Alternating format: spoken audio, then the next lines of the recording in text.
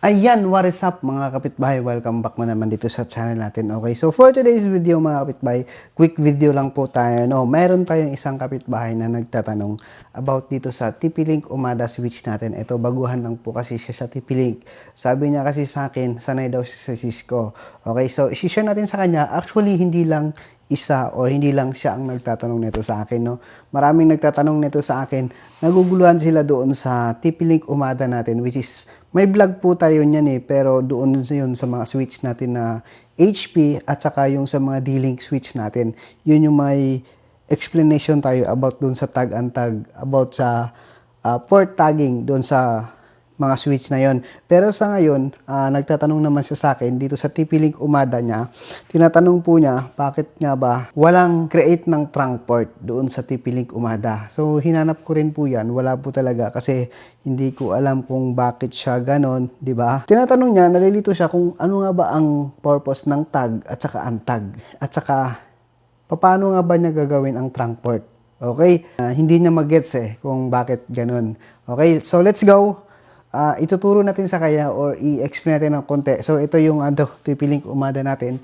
I-share natin ng konti sa kanya kung paano nga ba ang purpose ng tag and tag dito sa TP-Link Umada switch. Kung ano yung purpose nun. Kung paano paganahin yon or kung paano magkaroon ng connection pagdating sa per bilan. Okay? At saka paano mag-assign ng tag or untag doon sa isang port or doon sa isang bilan na yon. Alright? So, let's go. Pupunta tayo dito sa PC natin. Ituturo ko sa inyo or i-share ko sa inyo ng konti kung paano yon. Kasi nalilito daw sila or nalilito daw siya kung paano nag-work yung tag and tag. Alright? So, let's go. So, bago po ang lahat, no, shout out po pala dyan sa isa nating subscriber na si Samuel Santana ba yun? Taga Baguio ata siya. Alright, so shout out po pala dyan sa inyo. Maraming salamat sa solid supporters. Ito, estudyante po siya. Nag-aaral pa lang siya. Graduating pa lang po siya. Kaya let's go. Ituturo ko sa inyo kung paano at saka ano ang basic setup ng TP-Link Umada na to. Alright, so let's go. Ayan mga kapitbahay, kung inyong mapapansin, ito yung ating TP-Link. Ayan, TP-Link Umada natin yan. Ayan, ito po yung pinaka-IP niya, yung interface. Ayan, yan yung IP po niya, 0.14. Kung nyo mapapansin, kapag pumunta ka rito sa layer 2 features niya, dito sa VLAN, ayan, ito po yung ating mga VLAN. Ayan, kung nyo mapapansin, active po yan kasi production switch natin to. Ayan, ang tinatanong po niya, kung paano nga ba mag-VLAN at saka paano ang antag-antag dito sa pinaka-interface niya. Siyempre, automatic mga kapitbahay, kapag nag-VLAN implement ka dito sa TP-Link switch na to, which is manage switch, kung ano ang VLAN na kinreate mo dun sa pfSense or sa kahit anong firewall mo, dapat ang ilalagay mo rito is same din para matag mo sila. Okay? So, ang problema ng kapitbahay natin, paano nga ba gumagana ang tag-antag dito sa ating switch na ganito?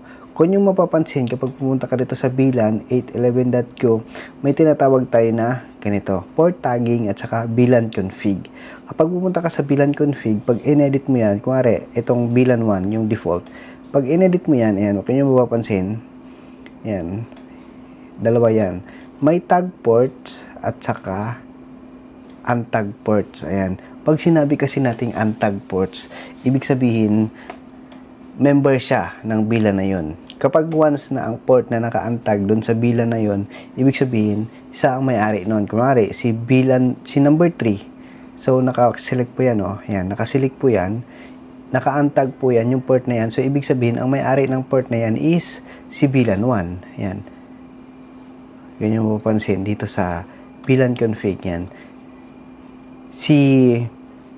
Yan 3 hanggang 6 is 3 at saka 6 is naka-untag siya sa VLAN na to. Kung nyo mapapansin, 3 at saka 6. Ayan.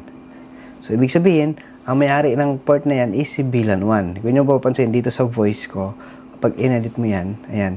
So, 5, 7, 9, 11, naka-untag po siya.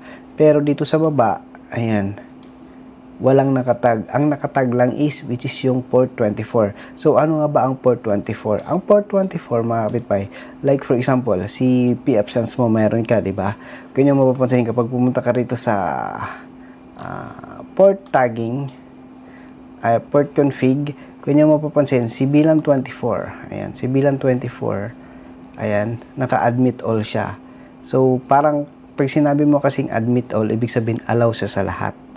Okay? So, parang, yun na rin yung pinaka-trunk port ni TP-Link Umada na ganito. Kasi, pag hinanap mo, wala siyang features na pwede mo siyang gawing trunk port. So, ito si port 24 na to, kasi si 25, 26, 27, 28, SFP na po yan. So, si port 24, yan yung pinaka-last port ko. So, yung port 24 niya, nakasaksak po dyan is from port 24 hanggang papunta doon sa pinaka-core switch ko. Pero kunyari, ito na ang pinaka-core switch mo. So, si port 24, yan yung isasaksak mo papunta doon sa LAN port ni pfSense mo. Okay? So, automatic, si port 24 na yan, kapag nag-create ka ng VLAN, kapag pumunta, for example, nag-create ka ng VLAN dito sa VLAN 22, yan. Automatic, si VLAN 22, ay wait lang, walang, ano yan, si VLAN 15, automatic, kapag nag-create ka ng VLAN 15, automatic, si port 24 sa baba, itatag mo palagi. Okay? Para dumaan yung traffic. Yan. Parang, yan yung parang option niya para maging trunk port. So, lahat ng VLAN na i-create mo, dapat nakatag to si 24 na to. Okay? So, paano nga ba mag-tag niyan? For example, kapag nakaselect yan, kuwari nakaselect yan, kahit hindi mo na yan baguhin. So, tinan mo yung status ni port 24 ko kapag pumunta ka rito. Yan. Tinan mo yung status ni port 24 ko. Naka VLAN 1 po siya, pero, ayan, naka-ano siya, admit all. Naka-admit all siya. Ibig sabihin, once na kinlik mo yung port dito sa baba na tag, automatic, nakatag na po yun. Kasi naka-admit all po siya. Hindi mo na kailangan pumunta rito sa port config. Okay? So, ang purpose ni port config, ayan, for example, nag-create ka ng VLAN 15. Ayan. Nag-create ka ng VLAN 15. So, ang gagawin mo, isi-select mo yan. Isi-select mo yan kung ano yung gusto mong i-member doon sa VLAN 15 na yun. Okay? Mare, i-click ko tong 17. Wait lang, active by 17, hindi. I-click ko yan sa 17. So, dapat, kapag kinlik mo yan, si 17, hindi yan lalabas dito sa port tagging. Yan. Si port 17 na yon, ayan, kailangan mo pa yan baguhin. So, parang static tag mo siya. Click mo lang yan, tapos lagay mo rito, 15, tapos ilagay mo rito, enable, tapos, ilalagay mo rito, admit all. Tapos, para magiging member siya ni VLAN 15. So, for example, si ano na to? Si port number, wait lang. Kumari, si port number 15, may nilagay ka na switch sa dulo. So, gusto mo, kumari, dun sa switch, sa dulo na yon, mayroon kang CCTV na ilagay. So, paano nga ba tatagos ang CCTV dito sa port 15 na to, which is member siya ng VLAN 15? Yan, member siya ng VLAN 15. So, paano nga ba? Kumari, sa dulo ng port 15 na yan, ang nakalagay doon is voice, telepono. So, di ba sa telepono, dalawa yung LAN port. So, gusto mo, papadaanin mo yung CCTV doon para tumagos papunta sa NBR, which is yung NBR natin is, ang VLAN po nun is, ito, VLAN 21, ayan, CCTV. Paano ko nga ba mapapatagos ang CCTV dito sa VLAN 15? So, doon po lumalabas ang ating tagging. Yan. So, si untag, ibig sabihin, member siya ng VLAN na yon. So, kapag sinabing tag lang, papadaanin mo lang yung traffic. So, paano mo nga ba itag si 15 dito sa VLAN 21 na to? So, pupunta ka lang dito sa port tagging. So, si VLAN 15, yan, si port 15, member siya ng voice. So, itatag natin siya doon. So, ang gagawin mo lang dyan is, punta ka, 21, tapos ilalagay mo dyan, enable, tapos dito lang, select mo lang, tag only.